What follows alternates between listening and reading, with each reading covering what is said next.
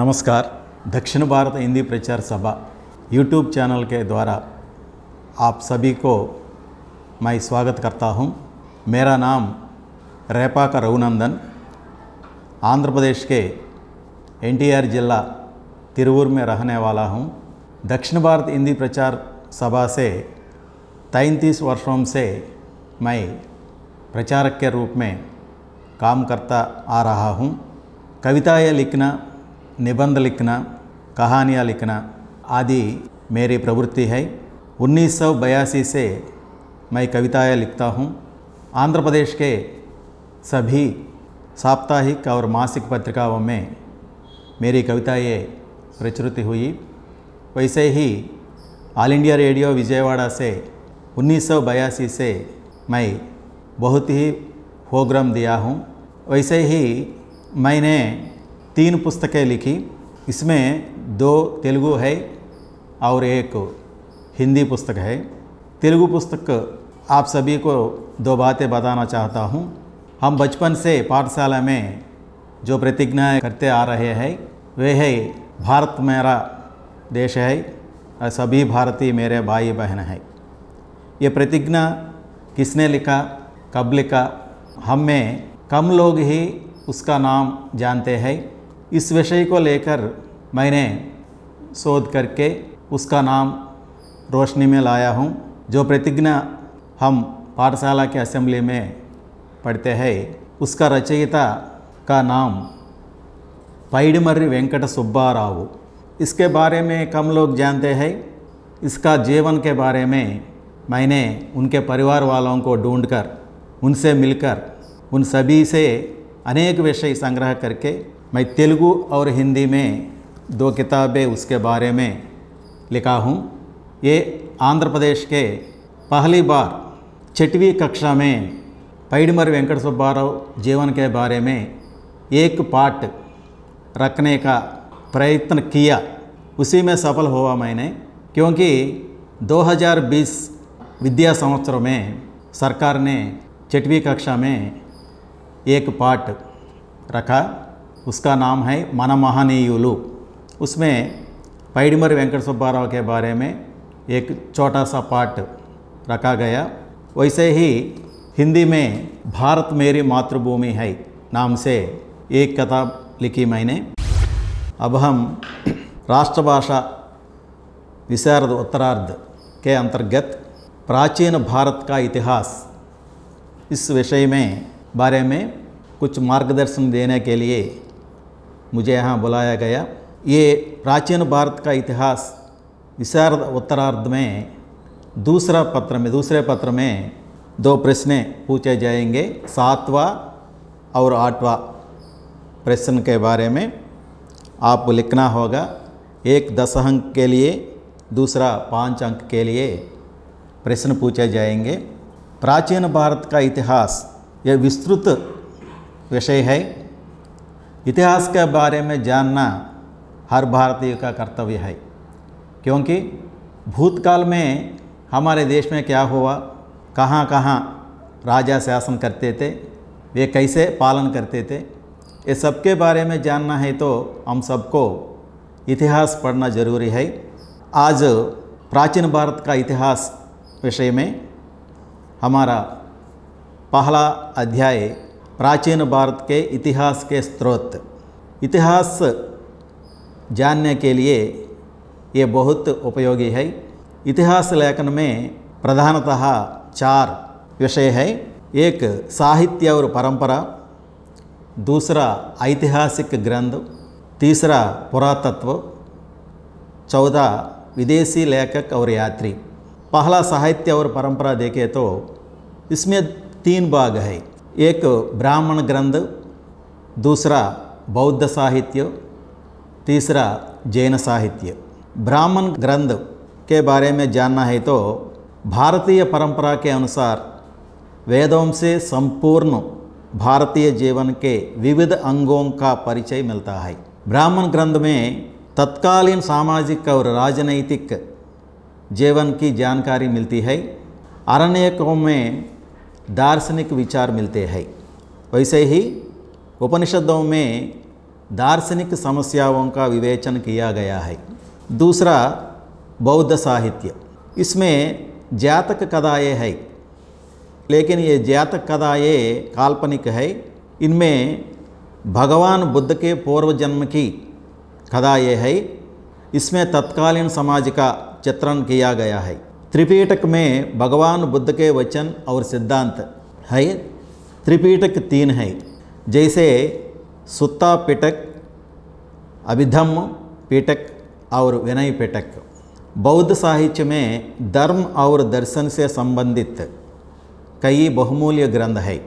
तीसरा जैन साहित्य, भारतीय संस्कृति की स्पष्ट जानकारी के लिए जैन साहित्य के ग्रंथों का अध्ययन अत्यंत उपयोगी है। ज्ञाता धर्म कथा, कथाकोश, लोक विभाग, भगवती सूत्र आदि प्रमुख जैन ग्रंथ है। ऐतिहासिक ग्रंथ देखें तो इतिहास लेखन में प्रयुक्त साधनों के ऐतिहासिक ग्रंथ महत्वपूर्ण है। कल्हन रचित राजतरंगिणी, भानभट्ट रचित हर्षचरित्र आदि प्रमुख ऐतिहासिक ग्रंथ है। पुरातत्व की खोज से प्राप्त सामग्री इतिहास लेखन में सहायक है। उत्खनन से निकली सामग्री, उत्कीर्ण लेख, मुद्राएं, सिक्के, स्मारक भवन, स्मारक मूर्तियाँ आदि इसके अंतर्गत आते हैं। वैसे ही विदेशी लेखक और यात्री भी हमारे इतिहास की सहायता की है। यूनानी, चीनी और अरबी लेखकों और यात्रियों से प्राप्त विवरण इतिहास लेखन में उपयोगी होता है। यूनानी लेखक हेरोडोटस का प्रसिद्ध ग्रंथ है हिस्टोरिका। पाहियान, सोंगयुन, हुयानसांग, इस्संग आदि प्रमुख चीनी यात्री थे। अल्बेरूनी, अलबिलादुरी, सुलेमान, हसल निज़ामी आदि अरबी यात्री थे। इनके लेखकों से हमें पता चलता है कि तत्कालीन समाज की रीति रिवाज, आचार व्यवहार आदि की जानकारी। दूसरा अध्याय है कि भारत की प्रागैतिहासिक संस्कृति। प्रागैतिहासिक काल को 4 भागों में बांटा गया है। 1 आदि पाषाण काल, 2 पूर्व पाषाण काल, 3 उत्तर पाषाण काल, 4 धातु काल। आदिम पाषाण काल के बारे में ये विषय हमें मालूम होता है। आदिमानव जंगली जानवरों की तरह जीवन बिताता था। वह घने पेड़ों के नीचे रहता था। वह हथियारों का उपयोग नहीं करता था, नहीं जानता था भी। वह समूह में रहता था। दूसरा पूर्व पाषाण काल, लगभग 6 लाख वर्ष पूर्व इस काल का आरंभ हुआ। सभ्यता का क्रमिक विकास भी हुआ वहाँ से। इस काल का मानव बर्बर था। वह आग का उपयोग भी नहीं जानता था। वह कच्चा भोजन भी करता था। उसने बाण बनाना तब सीख लिया। इस काल में, पूर्व पाषाण काल में बाण बनाना, बाण को उपयोग करना उसने सीख ली। तीसरा उत्तर पाषाण काल, इस युग के मानव अपनी परंपरा से लाभ उठाया। उसने कुशलतापूर्वक हथियारों का निर्माण किया, कुछ हथियारों का निर्माण किया। वह नदियों के किनारे और पहाड़ों की समतल पीठों पर रहने की आदत बनाई। मिट्टी के बर्तन बनाना, पशुपालन करना, खेतीबाड़ी करना आदि शुरू किया।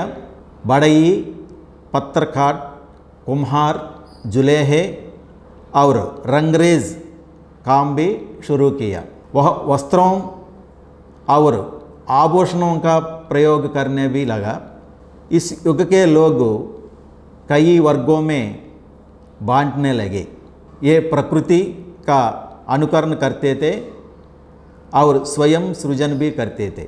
आखिरी अंश है धातु काल। इस काल में धातुओं का उपयोग करना शुरू हुआ। सोना, चांदी, तांबा आदि धातुओं का आविष्कार हुआ।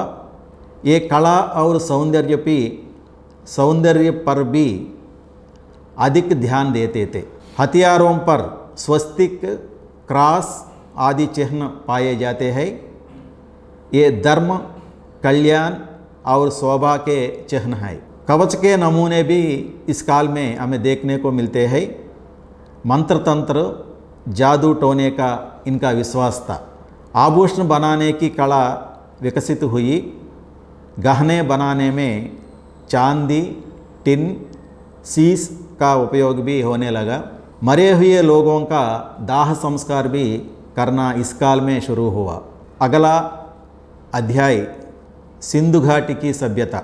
ये अध्याय इतिहास के अति विशेषता अध्याय है। इसे पढ़ना हर विद्यार्थी का कर्तव्य है भी, क्योंकि इस अध्याय को पढ़ने से हमें कई नई नई बातें हमें जानने के लिए मौका मिलती है। इसलिए विद्यार्थियों को इस अध्याय पर गहन ध्यान देना पड़ेगा। इस अध्याय में हम बताना है तो सिंधु घाटी सभ्यता अति पुरानी सभ्यता है। ईसा पूर्व 30,200 से ईसा पूर्व 2,750 तक ये सिंधु घाटी सभ्यता का काल माना जाता है। इसके अवशेष सिंधु घाटी में पाए जाते हैं। हड़प्पा और मोहनजोदाड़ो इस सभ्यता के मुख्य नगर है। सिंधु घाटी सभ्यता पाषाण युग और ताम्र युग के संधि काल में विकसित हुई। इस काल में लोग कैसे रहते हैं, क्या काम करते हैं, कहाँ रहते हैं, ये आदि विषय इसमें विशेष रूप से दिया गया है। विद्यार्थियों को एक नज़र इस पर डालना है। लोगों का सामाजिक जीवन देखें तो नगरों में मध्य श्रेणी लोग रहते थे। जनतंत्र शासन प्रणाली तब से प्रारंभ हुआ। ये लोग अन्न, फल, दूध, मांस, अंडे आदि खाते थे। ये साधारणतः स्याल या चादर ओढ़ते थे। स्याल कंधे से लटकती है। स्त्री पुरुष दोनों भी आभूषण पहनते थे। धनी लोग सोने, चांदी, हाथी के दांत और बहुमूल्य पत्थरों से आभूषण पहनते थे। साधारण लोग तांबे, सामान्य पत्थर, पक्की मिट्टी के आभूषण पहनते थे। हार, पायल, अंगूठी, कुंडल, कड़े, खरगनी आदि इसके लोकप्रिय आभूषण हैं। ये लोग कई प्रकार के व्यवसाय करते हैं। इनका प्रमुख व्यवसाय है तो खेती। गेहूँ, जौ, अनाज, जावर, बाजरे आदि की खेती करते थे। सिंचाई के लिए वर्षा और नदी का पानी काम में लाया जाता है। ये लोग गाय, बैल, भैंस, भेड़, बकरी, हाथी, सुअर, घोड़े, कुत्ते आदि जंतुओं को पालते थे। कपड़ा बुनने का काम भी चलता था उस काल में। पत्थर, लकड़ी, धातु के काम होते थे। मिट्टी के बर्तन बनाने की कला विकसित थी। ये व्यापार में कुशल थे। सिंधु नागरिकता के लोग, सभ्यता के लोग व्यापार करने में कुशल थे। ये लोग मिट्टी के खिलौने बनाते थे।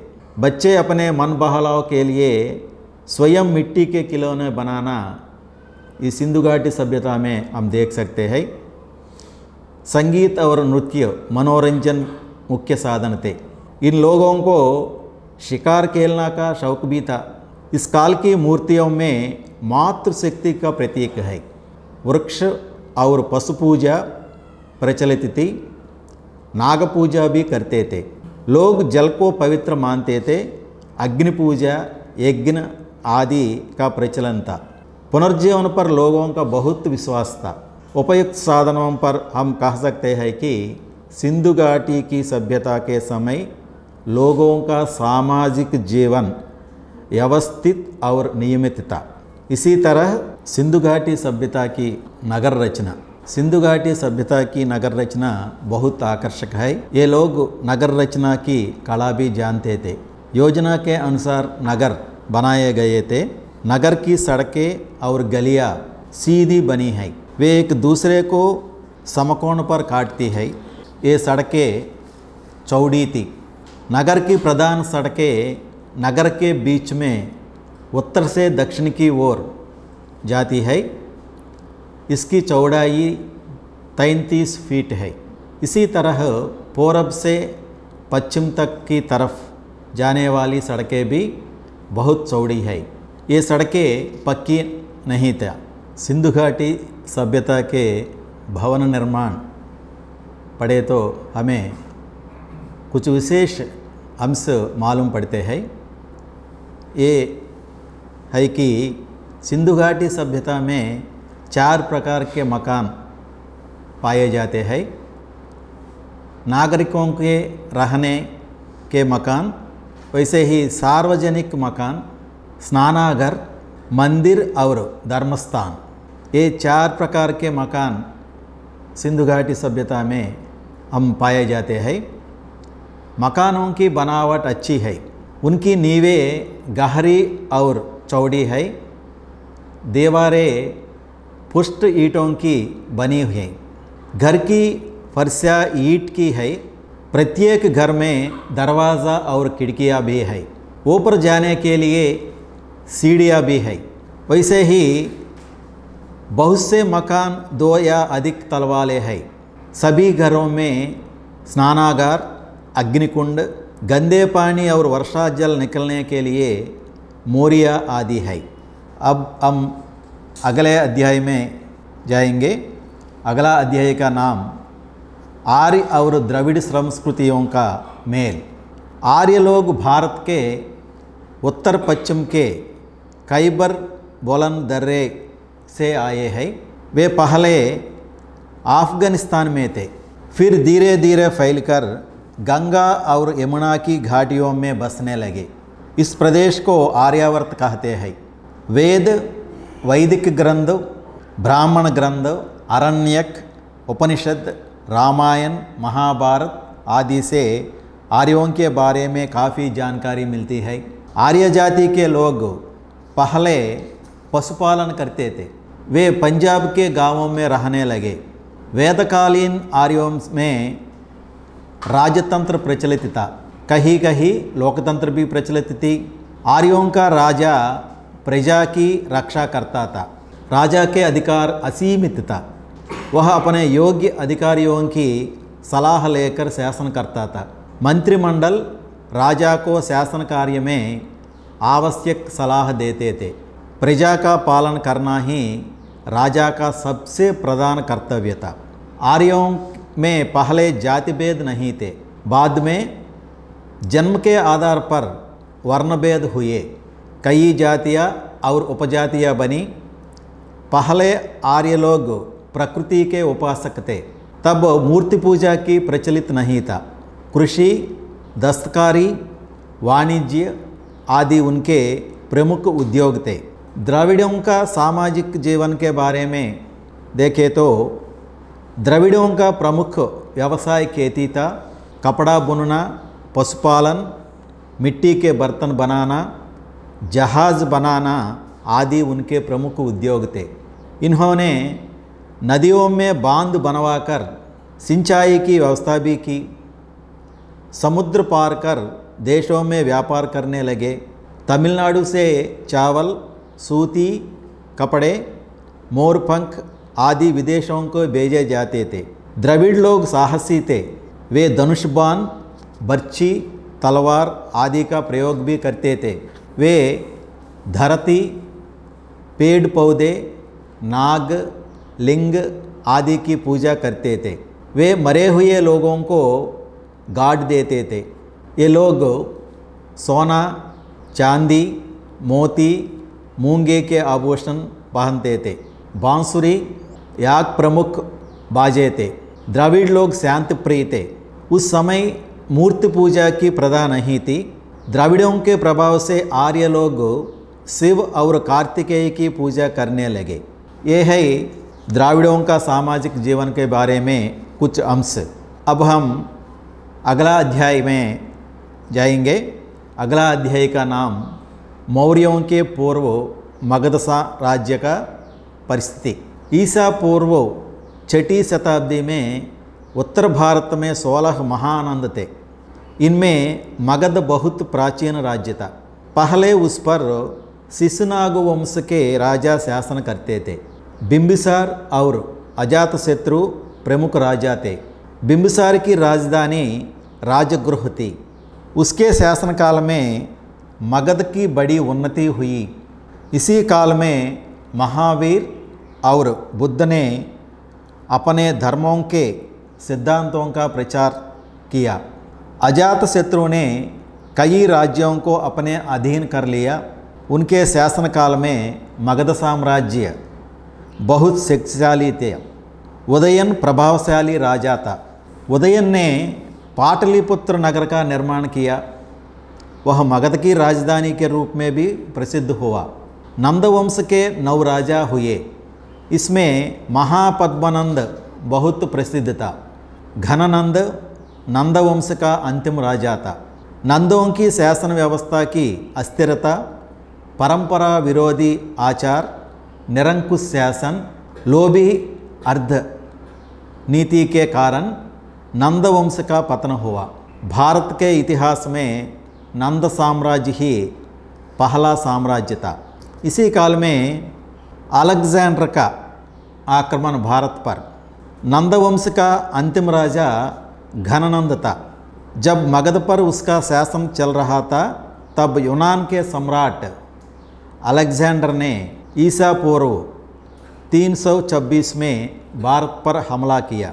विश्व विजेता बनने की इच्छा से अलेक्जेंडर अपनी सेना के साथ यूनान से निकला। अलेक्जेंडर का दूसरा नाम भी था, वह है सिकंदर। कई देशों को जीतता हुआ वह अंत में भारत पहुंचा। उत्तर पश्चिमी भारत पर अंबिक का शासन था। तक्षशिला के शासक अंबिक ने अलेक्जेंडर का लोहा मान लिया। पंजाब के सम्राट पोरस ने झेलम नदी के तट पर अलेक्जेंडर का सामना किया, लेकिन वे युद्ध में हार गए। सिकंदर वापस जाते समय व्यास नदी तक जाकर रोगग्रस्त होने के कारण स्वदेश लौटे। रास्ते में बाबिलोन नगर में ईसा पूर्व 323 में विषैले बुखार से पीड़ित होकर वह मर गया। अगला अध्याय मौर्य साम्राज्य। मौर्य साम्राज्य का नाम सुनने से हम 2 नाम याद आते हैं। वे है चाणक्य और चंद्रगुप्त। चाणक्य और चंद्रगुप्त मौर्य साम्राज्य की स्थापना की। नंदवंश के अंतिम राजा घननंद ने ब्राह्मण चाणक्य का अपमान किया, इसलिए असंतुष्ट होकर चाणक्य ने नंदवंश को हटाना चाहा। इस दिशा में वह चंद्रगुप्त की सहायता मिली। दोनों ने मिलकर सेना का प्रबंध करके क्रांति मचाई। इस प्रकार मौर्य साम्राज्य की स्थापना हुई। चंद्रगुप्त ने सारे उत्तर भारत को अपने अधीन कर लिया। अलेक्जेंडर के मरने के बाद सेल्यूकस निकेटर साम्राज्य के पूर्वी भाग का अधिकारी बना। उसने ईसा पूर्व 305 में भारत पर आक्रमण किया। चंद्रगुप्त ने उसे हराया, उसे संधि करनी पड़ी। चंद्रगुप्त ने सेल्यूकस को 500 हाथी भेंट में दिए। उसने चंद्रगुप्त के दरबार में अपने राजदूत मेगस्थनीस को भेजा। चंद्रगुप्त के पुत्र बिंबिसार ने कलिंग को छोड़कर सारे दक्षिण भारत को जीत लिया था। बिंदुसार का पुत्र अशोक मौर्य साम्राज्य का सर्वाधिक प्रभावशाली सम्राट बना। अशोक ये ईसा पूर्व 272 से ईसा पूर्व 232 तक महान वीर योद्धा के नाम से प्रसिद्ध थे। उसने सम्राट होकर देवानाम प्रियदर्शी आदि उपाधियां धारण की। उसने कश्मीर को जीतकर श्रीनगर को बसाया। उसने कलिंग पर चढ़ाई की। घमासान लड़ाई हुई। कलिंग बड़ा शक्तिशाली राज्य था। इस लड़ाई में 1 लाख से अधिक लोग मारे गए। कई लोग स्वयं मर गए। बहुत से लोग घायल भी हुए। अंत में सम्राट अशोक की जीत हुई। युद्ध का महाविनाश देखकर अशोक का मन परिवर्तित हो गया। अशोक ने आगे से युद्ध ना करने की प्रतिज्ञा की। उसके बाद सम्राट अशोक ने बौद्ध धर्म अपनाया, दया और लोक सेवा का व्रत लिया। इस प्रकार कलिंग युद्ध ने अशोक के जीवन में नया मोड़ दिया। अशोक ने अनुभव किया कि धर्म विजय ही सबसे बड़ी विजय है। अगला अध्याय का नाम मौर्य शासन, प्रबंध और कला।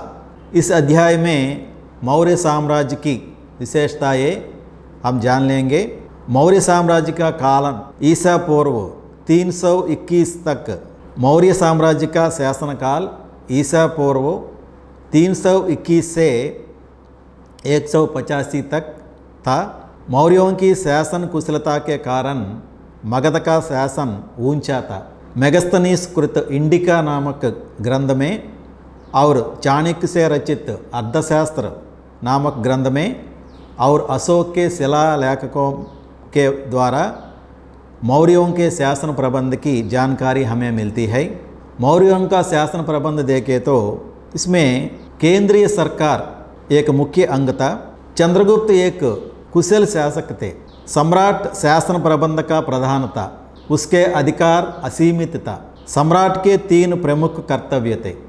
ये है एक शासन, दूसरा न्याय और तीसरा सेना से संबंधित थे। शासन संबंधी कार्य में सम्राट अशोक के अधिकारियों को नियुक्त किया। वह राजदूतों से बातचीत करता था। उसने राजदूतों को बाहर भेजकर और गुप्तचरों के द्वारा राजा से संबंधित विवरण सुनता था। वह आज्ञा पत्र भेजता था। न्याय संबंधी कर्तव्य देखे तो सम्राट नीचे के न्यायालयों से अपील सुनता था। प्रजा से आवेदन पत्र प्राप्त करके उन पर अपना निर्णय सुनाता था। सेना संबंधी कर्तव्य, इसमें सम्राट युद्ध क्षेत्र में स्वयं सेना का संचालन करता था। शांति के समय सौम्य का संगठन करता था और साम्राज्य की रक्षा की व्यवस्था करता था। इसमें मंत्रिपरिषद का अंश भी है। उनकी पात्र हमें जान लेंगे। सम्राट की सहायता करने के लिए मंत्रिपरिषद थी। इसमें 12 से 20 मंत्री तक थे। परामर्श देना मंत्रियों का प्रमुख कार्य था। प्रत्येक विभाग का अध्यक्ष अमात्य कहलाता था। अमात्यों की संख्या 18 थी। वैसे ही केंद्र सरकार के बाद राज्य सरकार देखे तो राज्य कई प्रांतों में बंटा हुआ था। ये प्रांत सैनिक और राजनैतिक दृष्टि से महत्वपूर्ण था। उन पर राजवंश के कुमार का शासन चलता था। कुछ साधारण प्रांतों के शासन के लिए राजपुरुष नियुक्त किए जाते थे। अब स्थानीय प्रशासन देखें तो ग्राम सभा से गांव का शासन होता था। ग्राम सभा का प्रमुख ग्रामिक था। वह गांव वालों से निर्वाचित होता था। कभी कभी सरकार द्वारा भी नियुक्त होता था। ग्राम सभा के काफ़ी अधिकारी थे। यह सभा न्यायालय का काम भी करती थी। सभा का अपना कोष था। सड़क, पुल, पोखरे बनाना आदि काम ग्राम सभा के हाथ में थे। नगर शासन का प्रमुख पौर था। भिन्न भिन्न कार्यों के लिए 6 समितियाँ थी, जैसे शिल्पकला समिति, विदेशी यात्री समिति, जनगणना समिति, वाणिज्य समिति, उद्योग समिति, कर समिति आदि। नगर शासन के 4 प्रमुख विभाग है। वे है राजस्व विभाग, न्याय विभाग, सेना विभाग और आरक्षा विभाग। ये सब लोकहितकारी कार्य विभाग। मौर्य शासन प्रबंध सुसंगठित और सुव्यवस्थित था। देश में कानून और अनुशासन का विशेष ध्यान रखा गया था। जनता सुखी और संपन्न थी। देश में शांति थी। न्याय व्यवस्था सुदृढ़ थी। लोकहितकारी कार्यों पर विशेष ध्यान दिया गया था।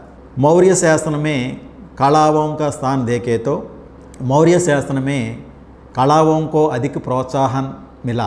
भवन निर्माण कला, मूर्ति कला, चित्रकला आदि का विकास हुआ। पाटलिपुत्र का विशाल राजमहल स्तंभों पर खड़ा है। इन स्तंभों पर सुंदर मूर्तियों और चित्र अंकित है। अशोक के कई राजमहल है। स्तूप, चैत्य, विहार आदि भवन निर्माण कला के उत्कृष्ट उदाहरण है। इस काल में अनेक प्रेक्षागृह और रंगशालाएं निर्मित हुई है। भवनों में कलात्मक बेल बूटे हैं।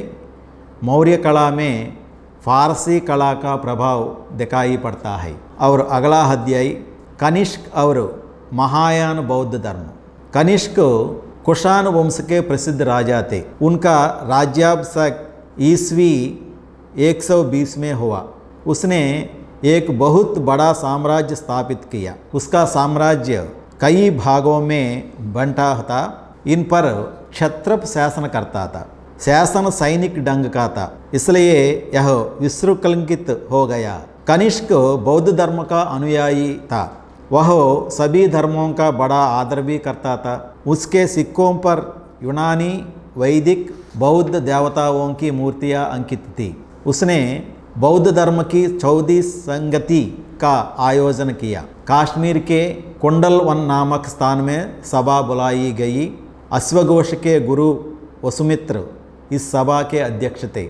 इसने 500 से अधिक विद्वानों ने भाग लिया इस सभा में। कनिष्क के शासनकाल में बौद्ध धर्म का महायान संप्रदाय विकसित हुआ। कनिष्क ने साहित्य और कला को प्रोत्साहन किया। उनकी सभा में अश्वघोष, नागार्जुन, पार्श्व, वसुमित्र आदि विद्वान थे। कनिष्क ने भवन निर्माण कला की भी प्रोत्साहित किया। उसने बौद्ध धर्म का प्रचार करने के लिए कई स्तूप और विहार बनवाए। तक्षशिला के पास एक नगर बसा। कश्मीर के कनिष्कपुर नामक नगर का निर्माण भी किया। गांधार शिल्पकला इस काल की विशेषता थी।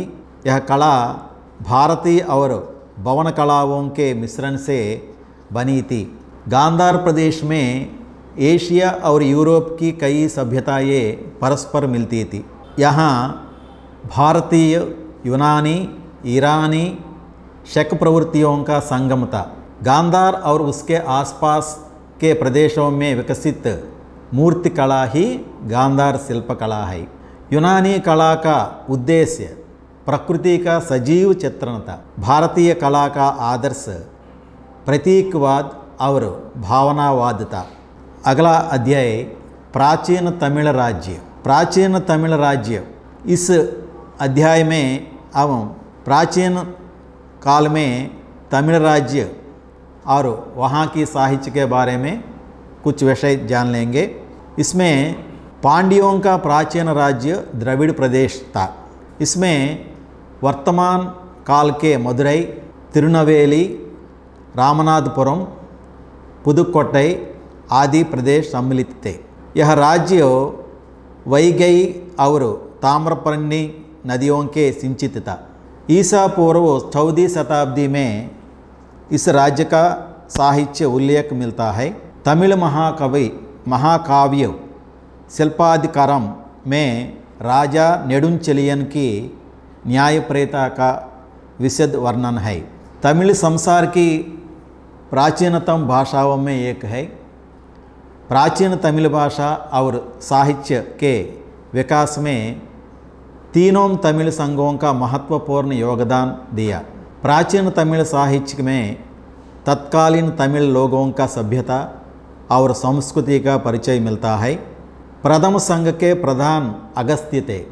चिंतामणि आदि तमिल के 5 महाकाव्य है और इसमें कुंडलकेशी, वलयापति, मणिमेखलाई आदि भी इस महाकाव्य में है। वैसे ही तिरुक्कुरल तमिल साहित्य के उत्कृष्ट कृति है। इसमें धर्म, काम की व्याख्या है। संसार की प्रायः सभी प्रमुख भाषाओं में तिरुवल्लुवर कृत तिरुक्कुरल का अनुवाद भी हुआ है। भारत सरकार ने भी तमिल भाषा को शास्त्रीय भाषा घोषित किया है। इस तमिल साहित्य में कुरल की महानता देखें तो तिरुक्कुरल तमिल की श्रेष्ठतम कृति है। इसके रचयिता संत कवि तिरुवल्लुवर है। प्रत्येक शीर्षक पर 10 दोहे या कुरल है। इसमें कुल 1330 दोहे है। इसमें जो बातें बताई गई है कि वे सभी जातियों और देशों के लोगों के लिए सदा अनुकूल है। इसलिए तिरुवल्लुवर मानव जाति के महाकवि माना जाते हैं। उनका तिरुवक्कुरल विश्ववेद माना जाता है। अगला अध्याय गुप्तकालीन की महानता। गुप्तकालीन की महानता इस अध्याय में मौर्य साम्राज्य के पतन के बाद 500 वर्ष के बाद मगध में शक्तिशाली गुप्त साम्राज्य का उदय हुआ। गुप्तों का उदय प्रयाग और अयोध्या के बीच कौशाम्बी में 3री शताब्दी के अंत में हुआ। चंद्रगुप्त 300 से 320 तक इसका शासनकाल था। गुप्त साम्राज्य के प्रथम सम्राट महाराजाधिराज चंद्रगुप्त थे। वे महत्वाकांक्षी और चतुर थे। चंद्रगुप्त ने लिच्छवी राजकुमारी कुमारी देवी से विवाह किया। चंद्रगुप्त लिच्छवियों की सहायता से पाटलिपुत्र की गद्दी पर बैठे। चंद्रगुप्त ने राजा और रानी शैली का सिक्का चलाया था। चंद्रगुप्त ने अपने पैतृक राज्य के सिंहासन पर बैठकर गुप्त वंश का प्रवर्तन किया। बाद में समुद्रगुप्त का नाम पढ़ना है। समुद्रगुप्त 330 से 380 तक राज्य किया। समुद्रगुप्त के बचपन, शिक्षा, व्यक्तिगत गुण, दिग्विजय, शासन व्यवस्था, भाषा साहित्य आदि की पर्याप्त जानकारी मिलती है। भारत का राजनैतिक एकीकरण उनका आदर्श था। समुद्रगुप्त वीर योद्धा और कुशल राजनीतिज्ञ था और कुशल शिकारी भी थी। वह विद्वानों, कवियों और कलाकारों का आश्रय भी देता था। वह दीनों और अनाथों का रक्षक था। वह विष्णु भक्त था। वह सभी धर्मों का आदर करता था। गुप्तों का शासन प्रबंध देखे तो उनका शासन प्रबंध मांडलिक था। राजा के कर्तव्यों में सेना, प्रशासन और न्याय संबंधी कार्य शामिल थे। योग्यता के आधार पर उत्तराधिकारी चुने जाते थे। मंत्रिपरिषद राजा की सहायता भी करती थी। अशोक विद्वान गुप्तकालीन शासन को भारतीय इतिहास का स्वर्णमय बनाया। इसलिए ही अशोक काल को गुप्तकालीन की स्वर्णयुग भी कहते हैं। कुमारगुप्त ने नालंदा विश्वविद्यालय की स्थापना की। विश्व के अनेक भागों से यह विद्वान आए थे। कई देशों के विद्यार्थी यहाँ शिक्षा पाते थे। यह महाविश्वविद्यालय ज्ञान का केंद्र था। 100 गांवों की आमदनी से वह संस्था चलती थी। नालंदा विश्वविद्यालय में करीब 10,000 विद्यार्थी और 1,500 अध्यापक थे। उनके लिए आवास और आहार का उचित प्रबंध किया गया था। इसमें बौद्ध धर्म के साथ अन्य धर्मों की भी शिक्षा दी जाती थी। चीन, मलेशिया, मध्य एशिया आदि से विद्यार्थी आते थे। वैदिक दर्शन, बौद्ध दर्शन, कानून, विज्ञान, वैदिकी, ललित कलाएँ आदि विषय इनमें सिखाए जाते थे। प्रसिद्ध विद्वान शीलभद्र इसके उपकुलपति थे। इस नालंदा विश्वविद्यालय का कुलपति थे। नालंदा विश्वविद्यालय में एक विशेषता है। नालंदा का अर्थ है कि संस्कृत में ज्ञान देने वाली। नलम का अर्थ कमल, कमल ज्ञान की प्रतीक है। दा का अर्थ देना। पूरा अर्थ देखे तो ज्ञान देने वाली कमल नालंदा का अर्थ है कि ज्ञान देने की भवन नालंदा। इसका अर्थ सभी को जानना पड़ेगा और एक बार बताता हूँ। नालंदा का अर्थ संस्कृत में ज्ञान देने वाली है। नलम का अर्थ कमल, कमल ज्ञान की प्रतीक है। दा का अर्थ देना। अगला अध्याय శాతవాహन, चालुक्य और राष्ट्रकूट राज्य। राजकूट राजवंश के लोग मालवा प्रांत के मानपुर के थे। अन्य राष्ट्रकूट जातियों में अचलपुर और कन्नौज के शासक भी शामिल हैं। इनका शासनकाल लगभग 6वीं शताब्दी से 13वीं शताब्दी के राष्ट्रकूट चालुक्यों के उपनिवेशों के रूप में स्थापित हुए। चालुक्य राजा कार्तिकेयन चालुक्य राजा कीर्तिवर्मन को हराकर शासन करने लगा। कर्नाटक के गुलबर्गा को अपना केंद्र बनाया। 8वीं से 10वीं शताब्दी के मध्यकाल तक गंगा के उपजाऊ मैदानी भागों पर नियंत्रण के लिए निरंतर संघर्ष चल रहा था। इस वंश के प्रारंभिक राजा हिंदू थे, बाद में वे जैन बन गए। दंतिदुर्ग इस वंश का पहला राजा था। इसने कई युद्ध किए। इसके बाद कृष्णप्रथम राजा बना। इसके बाद के राजाओं में गोविंद तृतीय, अमोघ वर्ष प्रथम आदि प्रमुख है। कृष्ण तृतीय राष्ट्रकूटों का अंतिम राजा था। उसके साथ राष्ट्रकूट का वंश का पतन हुआ। कर्नाटक के काशी शिवनाथ मंदिर और कर्नाटक जैन मंदिर इनकी मूर्ति कला के उत्कृष्ट उदाहरण है। శాతవాహन राजवंश के बारे में जानना है तो मौर्यों के पतन के बाद శాతవాహन राजवंश के राजाओं ने विदेशी आक्रमण को रोककर देश में शांति स्थापित की। वे पहले आंध्रा के धरणीकोटा और अमरावती को केंद्र बनाकर शासन करने लगे। बाद में कोटलिंग तेलंगाना और पूना को केंद्र बनाया।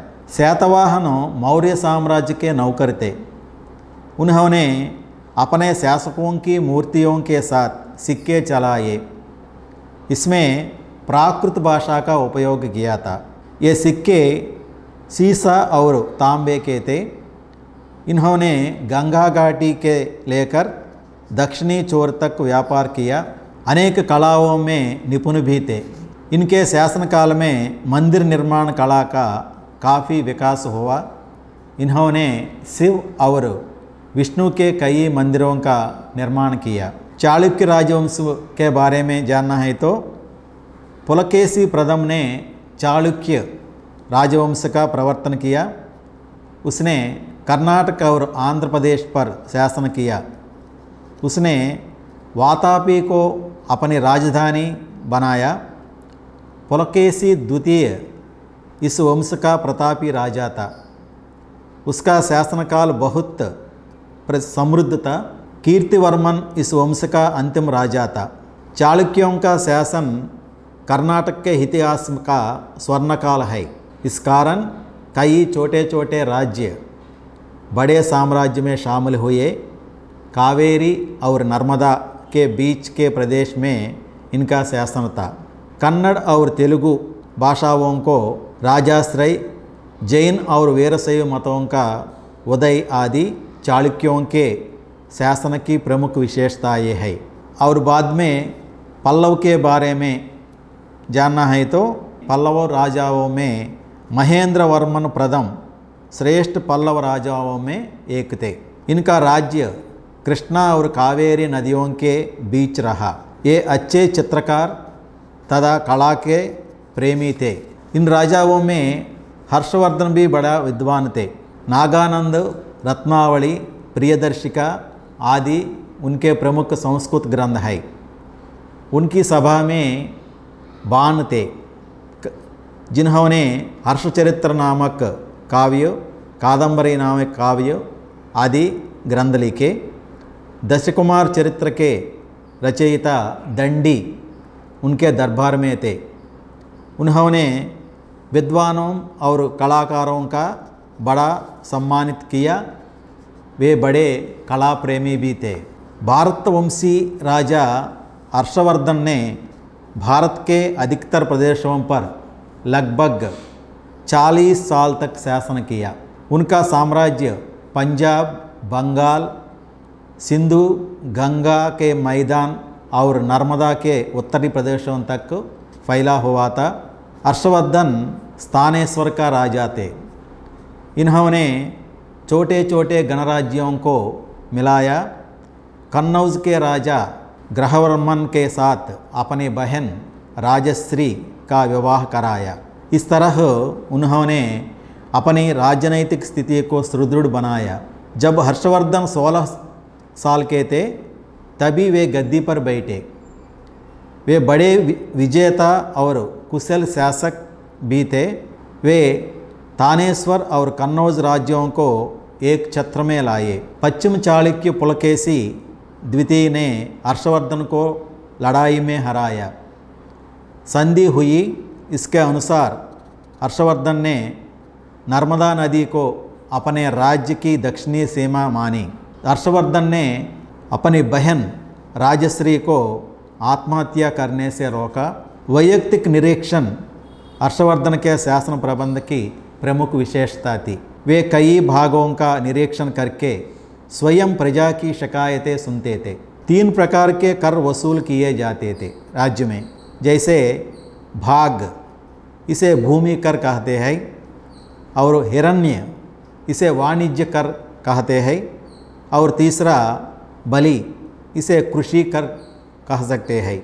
उनके शासन में दंड विधान बड़ा कठोर था। दंड विधान माने सजा, अंग विच्छेदन, मृत्युदंड आदि कठोर दंड दिए जाते थे। उनकी चतुरंगिनी सेना बलवती और विशाल थी। हर्षवर्धन ने यात्रियों के लिए विश्राम गृह बनवाए, चिकित्सा केंद्र खोले, धर्म संस्थाओं को भी स्थापना की। अगले अध्याय भारत में मुस्लिम शासन। इसमें भारत में हिंदुओं को शासन के बाद की परिस्थिति कैसे है, अरबों की पात्र क्या है, हम जान सकते हैं। अरब के लोग भारत के पश्चिमी तटों तक वाणिज्यिक यात्रा करते थे। सिंध के समुद्री डाकू उनको लूटते थे। इसलिए इराक के शासक मोहम्मद बिन कासिम ने सिंध पर आक्रमण किया। उन्होंने सिंध की राजधानी आलोर पर अपना अधिकार कर लिया। ईसाई 711 की लड़ाई में सिंध का राजधानी आलोर, वहाँ से सिंध का शासक दहीर मारा गया। सन 715 में कासिम ने मुल्तान को जीतकर भारत में अरबों का शासन कायम किया। कासिम के बाद जो शासक आए वे बहुत कमज़ोर थे, इसलिए कासिम की जीत का कोई विशेष महत्व नहीं दिया जाता है। सिंध के अरबों को खलीफा से सैनिक सहायता नहीं मिली, इसलिए सिंध के अरब राजपूतों का सामना नहीं कर सके। इस प्रकार सिंध में अरबों का मजबूत राज्य कायम नहीं हो सका। अरब सभ्यता सिंध सभ्यता से प्रभावित हुई। अरबी भाषा में संस्कृत भाषा के शब्दों का प्रयोग होने लगे। अरबी भाषा में कई संस्कृत ग्रंथ अनुदित हुए। बगदाद के दरबार में भारतीय विद्वान भी थे। भारत के वैद्यों ने बगदाद में अस्पताल खोले। अरबों पर भारतीय खगोल शास्त्र का भी बहुत काफ़ी प्रभाव पड़ा। वराहमिहिर, आर्यभट्ट, ब्रह्मगुप्त आदि भारतीय विद्वानों के ग्रंथों का अनुवाद अरबी भाषा में की गई। अरबों ने गणित में त्रिकोणमिति, बीजगणित आदि सीखे। उन्होंने भारतीयों से संख्याओं को सीखा। अरबों ने संगीत शास्त्र भी सीखा। भारतीय संगीत के मूल सिद्धांतों के ग्रंथों का अनुवाद अरबी भाषा में की गई। भारतीय वास्तुकारों और चित्रकारों ने मुसलमानी मस्जिदों और महलों को खूब सजाया। पहली तराई का युद्ध।